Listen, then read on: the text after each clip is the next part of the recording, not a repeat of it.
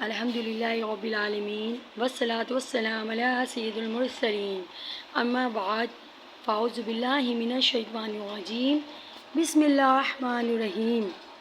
درود پاک کی فضیلت۔ سرکار مدینہ صلی اللہ تعالیٰ علیہ وسلم کا فرمان عالی شان ہے، بروز قیامت لوگوں میں سے میرے قریب تر وہ ہوگا جس نے دنیا میں مجھ پر زیادہ درود پاک پڑھے ہوں گے۔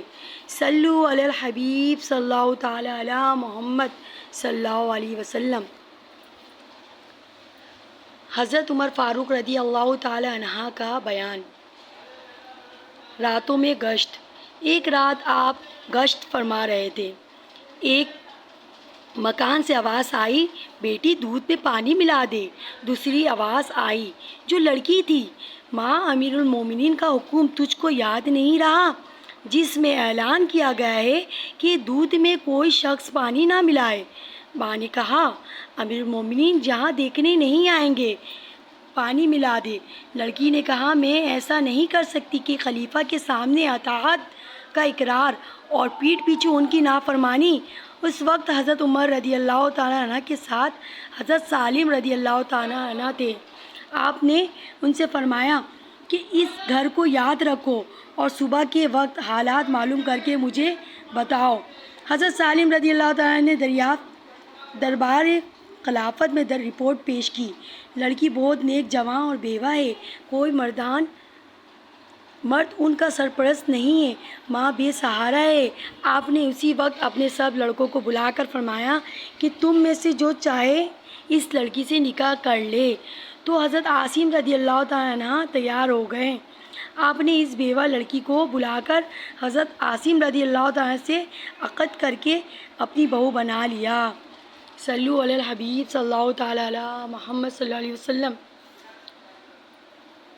سبحان اللہ۔ بیت المال سے وظیفہ۔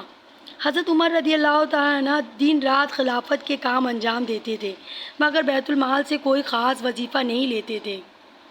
جب آپ خلیفہ بنائے گئے تو کچھ دنوں کے بعد آپ نے لوگوں کو جمع کر کے ارشاد فرمایا کہ میں پہلے تجارت کیا کرتا تھا اور اب تم لوگوں نے مجھ کو خلافت کے کام میں مشغول کر دیا ہے، تو اب گزارا کی صورت کیا ہوگی؟ لوگوں نے مختلف مقداریں تجویز کی۔ حضرت علی رضی اللہ عنہ نے فرمایا کہ متوسط طریقے پر جو آپ کے گھر والوں کے لیے اور آپ کے لیے کافی ہو جائے وہی مقرر فرما لیں۔ حضرت عمر رضی اللہ تعالیٰ نے اس رائے کو پسند فرمایا اور قبول کر لیا۔ آپ کے زمانہ خلافت میں ایک بار زبردست قحط پڑا۔ آپ نے بارش طلب کی کے لیے حضرت عباس رضی اللہ تعالیٰ کے ساتھ نماز استسقاء ادا فرمائی۔ حضرت ابن عون رضی اللہ تعالیٰ فرماتے کہ حضرت عمر رضی اللہ تعالیٰ نے حضرت عباس رضی اللہ تعالیٰ عنہ کا ہاتھ پکڑا اور اس کو بلند کر کے اس طرح بارگاہ الہی میں دعا کی، یا الہی، ہم تیری نبی صلی اللہ علیہ وسلم کے چچا کو وسیلہ بنا کر تیری بارگاہ میں عرض کرتے ہیں، قحط اور خشک سالی کو ختم فرما دے اور ہم پر رحمت والی بارش فرما دے۔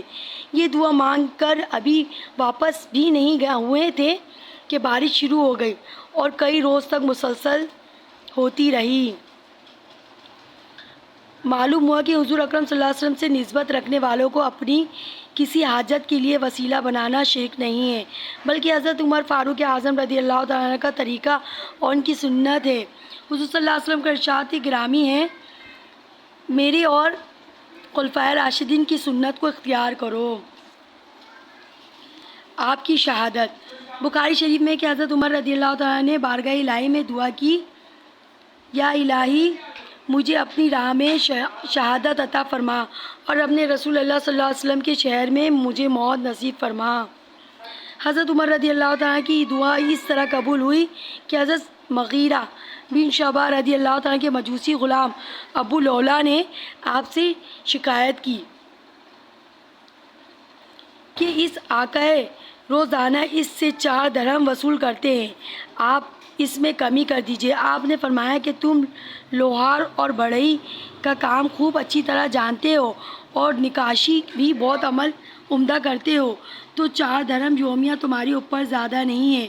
اس جواب کو سن کر وہ غصے سے تلملاتا ہوا واپس چلا گیا۔ کچھ دنوں کے بعد حضرت عمر رضی اللہ تعالیٰ عنہ نے اسے پھر بلایا اور فرمایا کہ تو کہتا تھا کہ اگر آپ کہیں تو میں ایسی چکی تیار کر دوں جو ہوا سے چلے۔ اس نے تیور بدل کر کہا، ہاں، میں آپ کے لیے ایسی چکی تیار کروں گا جس کا لوگ ہمیشہ ذکر کیا کریں گے۔ جب وہ چلا گیا تو آپ نے فرمایا کہ یہ لڑکا مجھے قتل کی دھمکی دے کے گیا ہے، مگر آپ نے اس کے خلاف کوئی کارروائی نہیں کی۔ ابو لولا غلام نے آپ کی قتل کا پختہ ارادہ کر لیا، ایک خنجر پر دھار لگائی اور اس کو زہر میں بجھا کر اپنے پاس رکھ لیا۔ حضرت عمر رضی اللہ تعالیٰ عنہ فجر کی نماز کے لیے مسجد نبوی میں تشریف لے گئے اور ان کا طریقہ تھا کہ وہ تکبیر تحریمہ پہلے فرمایا کرتے تھے کہ صفیں سیدھے کر لو۔ یہ سن کر ابو لولا آپ کے بالکل قریب صف میں آ کر کھڑا ہو گیا اور آپ کے کاندھے اور پہلو پر خنجر سے 2 وار کیے جس سے آپ گر پڑے۔ اس کے بعد اس نے نمازیوں پر حملہ کر کے 13 آدمیوں کو زخمی کر دیا، جن میں سے بعد میں 6 افراد کا انتقال ہو گیا۔ اس وقت جب کہ وہ لوگوں کو زخمی کر رہا تھا، ایک عراقی نے اس پر کپڑے ڈال دیا اور جب وہ اس کپڑے میں الجھ گیا تو اس نے اسی وقت خودکشی کر لی۔ چونکہ اب سورج نکلا ہی چاہتا تھا، اس لیے حضرت عبد الرحمن بن عوف رضی اللہ تعالیٰ نے 2 مختصر صورتوں کے ساتھ نماز پڑھائی اور حضرت عمر رضی اللہ تعالیٰ کو آپ کے مکان پہ لائے۔ پہلے آپ کو نیند نبیذ پلائی گئی جو زخموں کے راستے باہر نکل گئی، پھر دودھ پلایا گیا مگر وہ بھی زخموں سے باہر نکل گیا۔ کسی شخص نے آپ سے کہا کہ آپ اپنے فرزند عبداللہ کو اپنے بعد خلیفہ مقرر کر دیں۔ آپ نے اس شخص کو جواب دیا کہ اللہ تعالیٰ تمہیں غارت کرے، تم مجھے ایسے غلط مشورہ دے رہے ہو جسے اپنی بیوی کا صحیح طریقے سے طلاق دینے کا بھی سلیقہ نہ ہو۔ کیا میں ایسے شخص کو خلیفہ پر مقرر کر دوں؟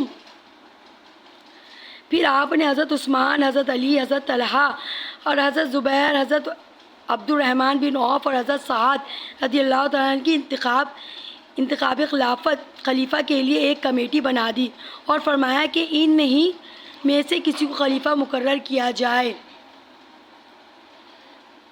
اس کے بعد آپ نے اپنے صاحبزادی حضرت عبداللہ رضی اللہ تعالیٰ سے فرمایا کہ بتاؤ ہم پر کتنا قرض ہے؟ انہوں نے حساب کر کے بتایا تقریباً 86,000 قرض ہے۔ آپ نے فرمایا کہ یہ رقم ہمارے مال سے ادا کر دینا اور اگر اس سے پورا نہ ہو تو بنو عدی سے مانگنا اور اگر ان سے بھی پورا نہ ہو تو قریش سے لینا۔